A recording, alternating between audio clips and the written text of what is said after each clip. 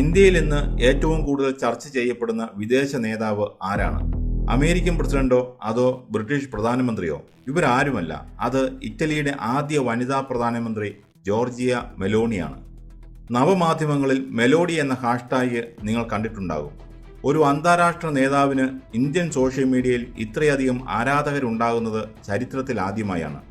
ആരാണ് Georgia Meloni? Italian രാഷ്ട്രീയത്തിന്റെ തലവര മാറ്റി എഴുതിയ ഈ 48കാരി എങ്ങനെയാണ് ഇന്ത്യക്കാരുടെ പ്രിയങ്കരിയായി മാറിയത്?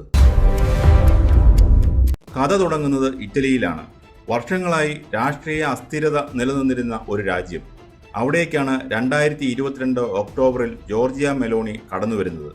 ഇറ്റലിയുടെ ചരിത്രത്തിലെ ആദ്യത്തെ വനിതാ പ്രധാനമന്ത്രിയായി അവർ സത്യപ്രതിജ്ഞ ചെയ്തു. വെറുമൊരു പ്രധാനമന്ത്രിയല്ല അവർ. രണ്ടാം ലോകമഹായുദ്ധത്തിന് ശേഷം ഇറ്റലിയിൽ അധികാരത്തിൽ വന്ന ഏറ്റവും തീവ്ര വലതുപക്ഷ സർക്കാരിന്റെ അമരക്കാരിയാണ് മെലോണി. ബ്രദേഴ്സ് ഓഫ് ഇറ്റലി എന്ന പാർട്ടിയുടെ നേതാവ്. തുടക്കത്തിൽ യൂറോപ്യൻ യൂണിയനും ലോകരാജ്യങ്ങളും മെലോണിയെ ഭയത്തോടെയാണ് നോക്കിയത്. അവർ യൂറോപ്പിനെ ഭിന്നിപ്പിക്കുമെന്ന് പലരും കരുതി. എന്നാൽ സംഭവിച്ചത് മറ്റൊന്നാണ്. മെലോണി ഇറ്റലിയുടെ ആഭ്യന്തര രാഷ്ട്രീയത്തിൽ കരുത്തു തെളിയിച്ചു എന്നു മാത്രമല്ല, ആഗോള രാഷ്ട്രീയത്തിലെ ഏറ്റവും സ്വാധീനമുള്ള നേതാക്കളിൽ ഒരാളായി അവർ അതിവേഗം വളർന്നു. ഇന്ന് G7 രാജ്യങ്ങളിലെ ഏറ്റവും ജനപ്രീതിയുള്ള ശക്തിയായ ഭരണാധികാരിയാണ് മെലോണി. മെലോണിയുടെ വളർച്ച ഒരു സിനിമാ കഥ പോലെയാണ്. റോമിലെ ഒരു സാധാരണ തൊഴിലാളി വർഗ കുടുംബത്തിലാണ് അവർ ജനിച്ചത്. അച്ഛൻ ചെറുപ്പത്തിലെ ഉപേക്ഷിച്ചുപോയി. അമ്മയാണ് മെലോണിയെയും സഹോദരിയെയും വളർത്തിയത്. 15-ാം വയസ്സിൽ അവർ രാഷ്ട്രീയത്തിലേക്ക് ഇറങ്ങി. അത് സാധാരണ ഒരു രാഷ്ട്രീയമായിരുന്നില്ല. ഫാസിസ്റ്റ് പാരമ്പര്യമുള്ള ഇറ്റാലിയൻ സോഷ്യൽ മൂവ്മെന്റ് എന്ന പാർട്ടിയുടെ യുവജന വിഭാഗത്തിലാണ് അവർ ചേർന്നത്. റോമിലെ തെരുവുകളിൽ പോസ്റ്റർ ഒട്ടിച്ചും പ്രസംഗിച്ചും അവർ വളർന്നു. 2006-ൽ 29-ാം വയസ്സിൽ അവർ ഇറ്റാലിയൻ പാർലമെന്റിലെത്തി. 2008-ൽ ഇറ്റലിയുടെ ചരിത്രത്തിലെ ഏറ്റവും പ്രായം കുറഞ്ഞ മന്ത്രിയായി. സിൽവിയോ ബെർലുസ്കോണി സർക്കാരിൽ യുവജനക്ഷേമ മന്ത്രിയായിരുന്നു മെലോണി. പിന്നീട് 2012-ലാണ് അവർ ബ്രദേഴ്സ് ഓഫ് ഇറ്റലി എന്ന പാർട്ടി സ്ഥാപിക്കുന്നത്.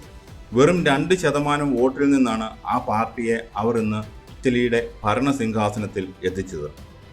മെലോണിയുടെ വ്യക്തിജീവിതവും എപ്പോഴും വാർത്തകളിൽ നിറഞ്ഞു നിന്നിരുന്നു. മാധ്യമപ്രവർത്തകനായ ആൻഡ്രിയ ഗിയാബ്രൂണോ ആയിരുന്നു അവരുടെ പങ്കാളി. ഇവർക്ക് ജിനേവ്ര എന്നൊരു മകളുണ്ട്.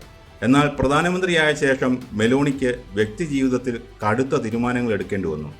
ആൻഡ്രിയയുടെ ചില മോശം പരാമർശങ്ങൾ TV-യിലൂടെ പുറത്തു വന്നപ്പോൾ ഒട്ടും മടിക്കാതെ മെലോണി ആ 10 വർഷത്തെ ബന്ധം അവസാനിപ്പിച്ചു. തനിക്ക് രാജ്യവും അന്തസ്സുമാണ് വലുതെന്ന് അവർ തെളിയിച്ചു.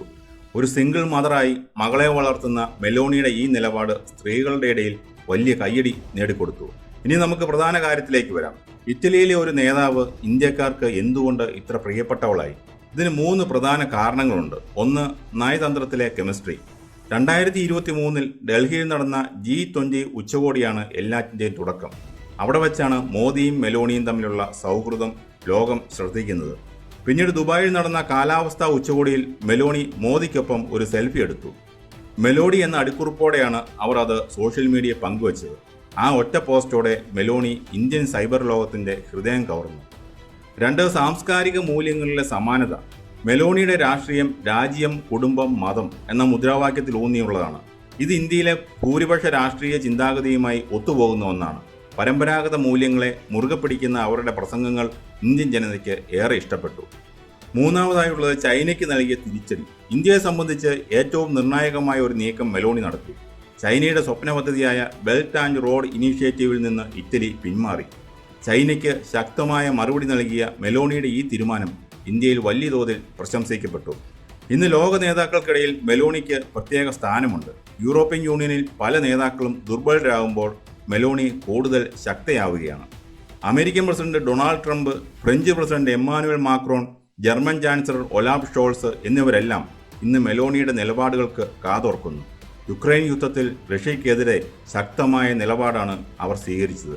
അതേസമയം തന്നെ യൂറോപ്പിലേക്കുള്ള അനധികൃത കുടിയേറ്റം തടയാൻ അവർ കർശനമായ നിയമങ്ങൾ കൊണ്ടുവരികയും ചെയ്തു. ഇന്ത്യയും ഇറ്റലിയും തമ്മിലുള്ള ബന്ധം ഇന്ന് ചരിത്രത്തിലെ ഏറ്റവും മികച്ച നിലയിലാണ്. പ്രതിരോധം, സാങ്കേതികവിദ്യ, ഊർജം തുടങ്ങിയ മേഖലകളിൽ ഇരു രാജ്യങ്ങളും ഒന്നിച്ച് പ്രവർത്തിക്കുന്നു. പ്രത്യേകിച്ച് ഇന്ത്യൻ വിദ്യാർത്ഥികൾക്കും തൊഴിലാളികൾക്കും ഇറ്റലിയിൽ നിയമപരമായ അവസരങ്ങൾ വർദ്ധിപ്പിക്കാൻ മെലോണി സർക്കാർ തയ്യാറായിട്ടുണ്ട്. പ്രതിരോധ മേഖലയിൽ വലിയ കരാറുകളാണ് ഒപ്പുവച്ചിരിക്കുന്നത്. ഇന്ത്യ ഇറ്റലി ബന്ധത്തിന്റെ വളർച്ചയെ 3 കാര്യങ്ങളിൽ ക്രോഡീകരിക്കാം. ഒന്നാമതായി, യൂറോപ്പിൽ ഇന്ത്യയുടെ ഏറ്റവും വിശ്വസ്തനായ പങ്കാളിയായി ഇറ്റലി മാറും. ഫ്രാൻസിന് ശേഷം യൂറോപ്യൻ യൂണിയനിൽ ഇന്ത്യയെ പിന്തുണയ്ക്കുന്ന ശക്തമായ ശബ്ദമായി ഇറ്റലി മാറിയിരിക്കുന്നു. ഇത് വരും വർഷങ്ങളിൽ ഇന്ത്യ യൂറോപ്യൻ യൂണിയൻ സ്വതന്ത്ര വ്യാപാര കരാർ യാഥാർത്ഥ്യമാക്കാൻ സഹായിക്കും. രണ്ടാമതായി, പ്രതിരോധ രംഗത്ത് റഷ്യയും ഫ്രാൻസിനെയും മാത്രം ആശ്രയിക്കുന്ന രീതിക്ക് മാറ്റം വരും. ഇറ്റലിയുടെ അത്യാധുനിക സൈനിക സാങ്കേതിക വിദ്യകൾ ഇന്ത്യയിലെത്തും. മേക്ക് ഇൻ ഇന്ത്യ പദ്ധതിയുടെ ഭാഗമായി ഇറ്റാലിയൻ കമ്പനികൾ ഇന്ത്യയിൽ ആയുധങ്ങൾ നിർമ്മിക്കാൻ തുടങ്ങിയേക്കാം. മൂന്നാമതായി, ചൈനയ്ക്കെതിരെയുള്ള ആഗോള സഖ്യത്തിൽ ഇറ്റലി ഇന്ത്യയുടെ വലിയൊരു പങ്കാളിയാവും. Asia, middle east, Europe economic corridor യാഥാർത്ഥ്യമാക്കുന്നതിൽ മെലോണിയുടെ പങ്ക് നിർണായകമായിരിക്കും. ജോർജിയ മെലോണി വെറുമൊരു സോഷ്യൽ മീഡിയ തരംഗമല്ല, അവർ സ്വന്തം ഇച്ഛാശക്തിയിൽ വളർന്നു വന്ന ഒരു ലോക നേതാവാണ്. റോമിലെ തെരുവുകളിൽ നിന്ന് ഊർജ്ജം ഉൾക്കൊണ്ട് വളർന്ന് ഇറ്റലിയുടെ അമരക്കാരിയായ വിട്ടുവീഴ്ചയില്ലാത്ത ഒരു നേതാവ്. ഇന്ത്യയും ഇന്ത്യൻ സംസ്കാരത്തെയും ബഹുമാനിക്കുന്ന, ചൈനയുടെ ഭീഷണികൾക്ക് വഴങ്ങാത്ത ശക്തമായ നിലപാടുകളുള്ള ഭരണാധികാരി.